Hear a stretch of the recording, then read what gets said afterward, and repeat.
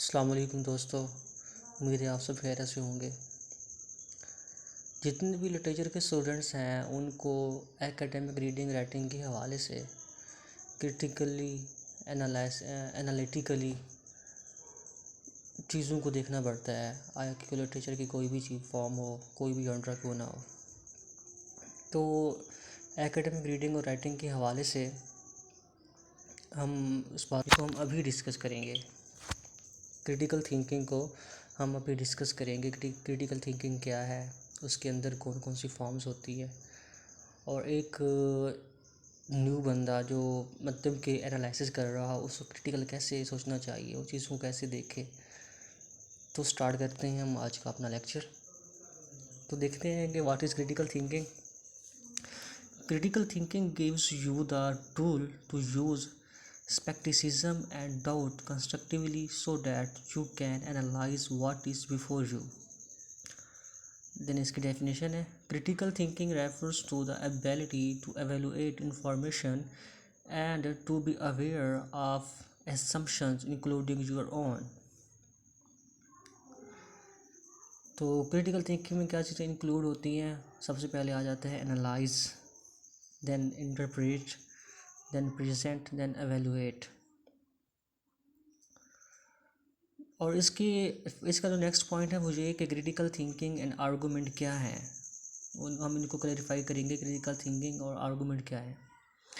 The argument can be thought of as the message that is being conveyed whether through speech, writing और other media.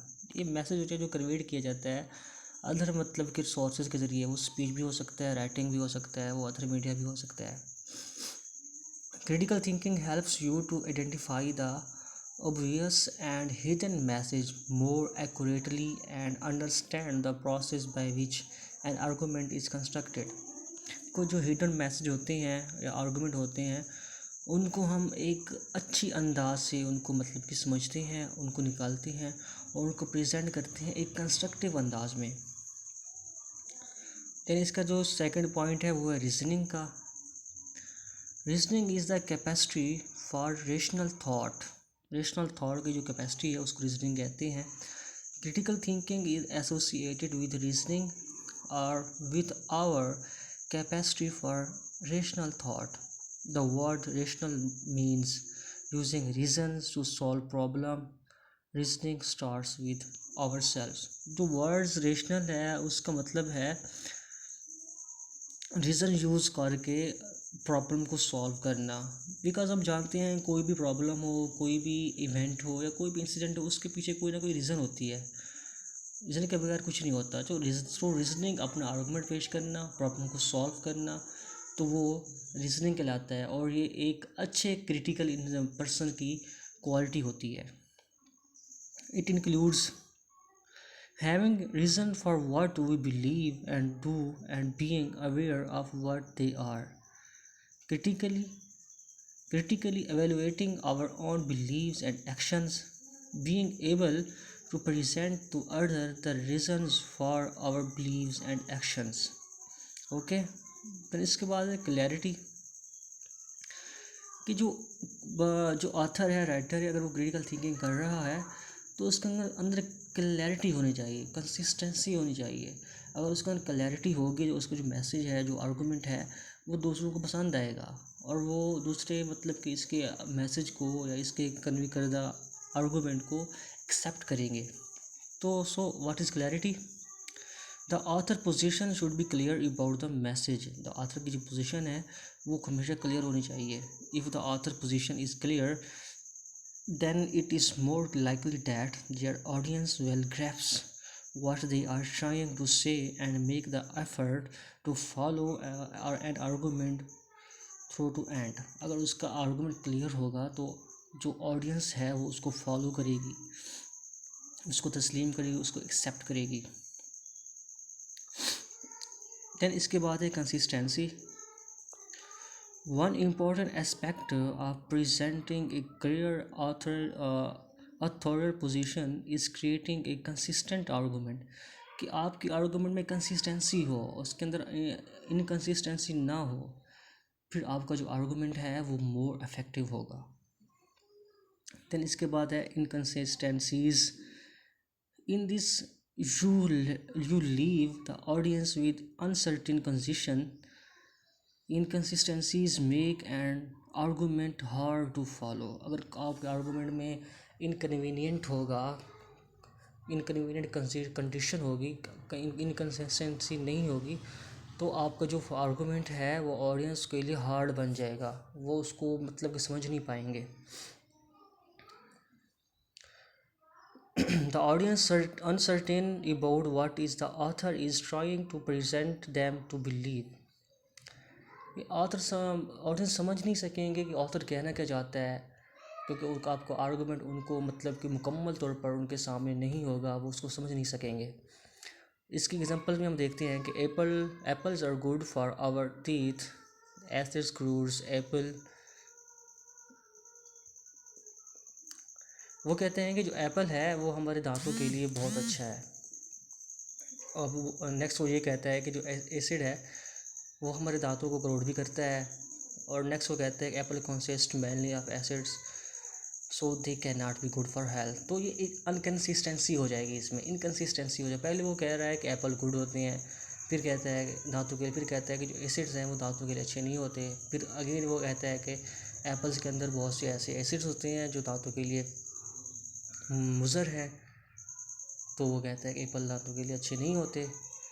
तो ये inconsistency हो जाएगी कि जो आपको ऑथर है वो मतलब कि मुँह बम हो जाएगा, वो समझ नहीं पाएगा ये कहना क्या चाहता है, ये क्या कहना चाहता है कि एप्पल्स गुड हैं या बुरे हैं, क्योंकि उसका में कोई चीज़ क्लियर नहीं है। अगर आपका पॉइंट उसका में क्लियर होगा तो वो चीज़ वो बात समझेगा। देन इसके बाद है logical inconsistency. When evaluating an argument, we need to check whether the reasons given by the author do indeed support the conclusion. कि जो ऑथर रीजंस वगैरह दे रहा है, आया कि वो कंक्लूजन को सपोर्ट कर रही हैं कि नहीं कर रही। In other words, we need to check that the argument adds up. When we do this, we are checking our logical consistency. अगर हम ऐसा कर रहे हैं तो हम लॉजिकल कंसिस्टेंसी को चेक कर रहे हैं, ठीक है। इसकी एग्जांपल्स हम देखते हैं कि there are a murder near the station last night, there are always young lads hanging around there, one of them probably did it. The logical conclusion should be young people from hanging around the station. तो इसकी तीन मतलब कि assumption बनती हैं, वो कौन कौन सी हैं। Those young people did not commit the murder, एक तो ये बन सकती है। Even if they did so other young people would do the same, अगर वो इस तरह से कर सकते हैं तो अदर पीपल भी इस तरह से कर सकते हैं। A general ban on young people would prevent further murder, तो ये उसका मतलब कि कंक्लूजन हो जाएगा कि जो यंग पीपल को बैन कर दिया जाए वहाँ आने से, तो वहाँ पर मर्डर जो है उनको रोका जा सकता है फ्यूचर में। देन इसके बाद है intermediate conclusion. Intermediate conclusion help to structure an argument acting as stepping stone between one stage of an argument and the next. The author may draw an intermediate conclusion on the basis of each set of reason. Each set of reason के तौर पर जो author है वो अपने conclusion निकालता है, intermediate conclusion निकालता है अपने आर्गूमेंट की बेस पे कि आया कि वो कहना क्या चाहता है और वो कहाँ तक अपने जो उसके ऑडियंस है उनको मुतमईन कर पा रहा है, उनको सेटिस्फाई कर पा रहा है, उसके आर्गूमेंट में कहाँ तक क्लैरिटी है और कंसिस्टेंसी है। देन इसके बाद आ जाता है what is assumption. It is a thing or statement or text which is taken for granted. It can be facts, ideas or imagination. ये फैक्ट्स हक़ाइक़ भी हो सकते हैं, ये ख़यालात भी हो सकती हैं, ये तसव्वुरात का रिज़ल्ट्स भी हो सकते हैं, तो आप इनको assumptions कहते हैं। इसके यूजेस देखते हैं, इसके यूजेस क्या हैं। To convey the reader without proof और evidence, to convince the reader without proof और एविडेंस। इसका यूज़ जो होता है वो ऑथर्स को प्रूफ दिए बगैर उनको कन्विंस करना होता है, उनको सेटिस्फाई करना होता है उन तक अपनी बात पहुंचाने की होती है ताकि वो बात उन पर असर कर सके विदाउट प्रूफ या और एविडेंस दिए बगैर उनको सेटिस्फाई करना होता है, कन्विंस करना होता है। Most arguments contain assumptions. In fact, the author invites the audience to accept something as true rather than proving it. Often this is to save time and to simplify the argument. अक्सर जो होता है कि ये हमारे time को बचाता है, सेव करता है और हम सिंप्लीफाइड तरीके से अपने आर्गूमेंट पेश करते हैं आगे। इसके एग्जांपल्स में देखते हैं कि holidays are a time for relaxations and enjoyment. This year, thousands of people will have their holidays ruined by oil spills along our beaches. ठीक है, तो ये इसकी एग्जांपल्स है। ठीक है कि हम अपना जो आर्गूमेंट है वो विदाउट प्रूफ और एविडेंस के हम पेश करते हैं और जो रीडर्स हैं हम उनको कन्विंस करते हैं अपने विदाउट प्रूफ और एविडेंस के। तो ये हो जाता है एजम्पशंस।